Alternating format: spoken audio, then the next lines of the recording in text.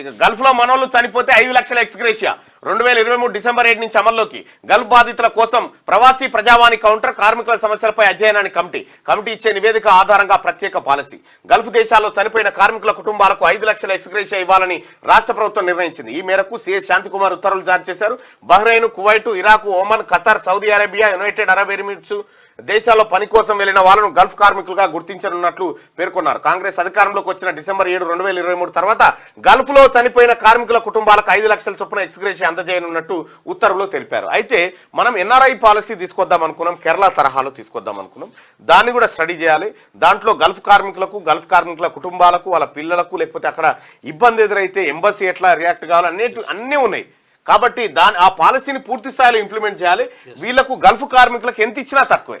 వాళ్ళు కష్టపడి దేశానికి సంపద పంపిస్తా ఉన్నారు, ట్యాక్సులు కట్టి పంపిస్తా ఉన్నారు, వాళ్ళ ద్వారా కొంత ఆదాయం వస్తూ ఉంది. కాబట్టి గల్ఫ్ కుటుంబాలను ఖచ్చితంగా ఆదుకోవాలి. అయితే చాలా కుటుంబాలు చితికిపోయినాయి, ఎవరో కొద్ది మంది మాత్రమే అది లక్కీ లాటరీ లెక్క ఉంటది. కానీ ఆడ నేనే పోయినా, ఈ దుబాయ్లో మన గల్ఫ్ కార్మికులు ఉండేటువంటి ఏరియాకు పోతే వాళ్ళ బతుకులు చాలా చిన్న బతుకులు, చాలా ఆగమైనటువంటి బతుకులు.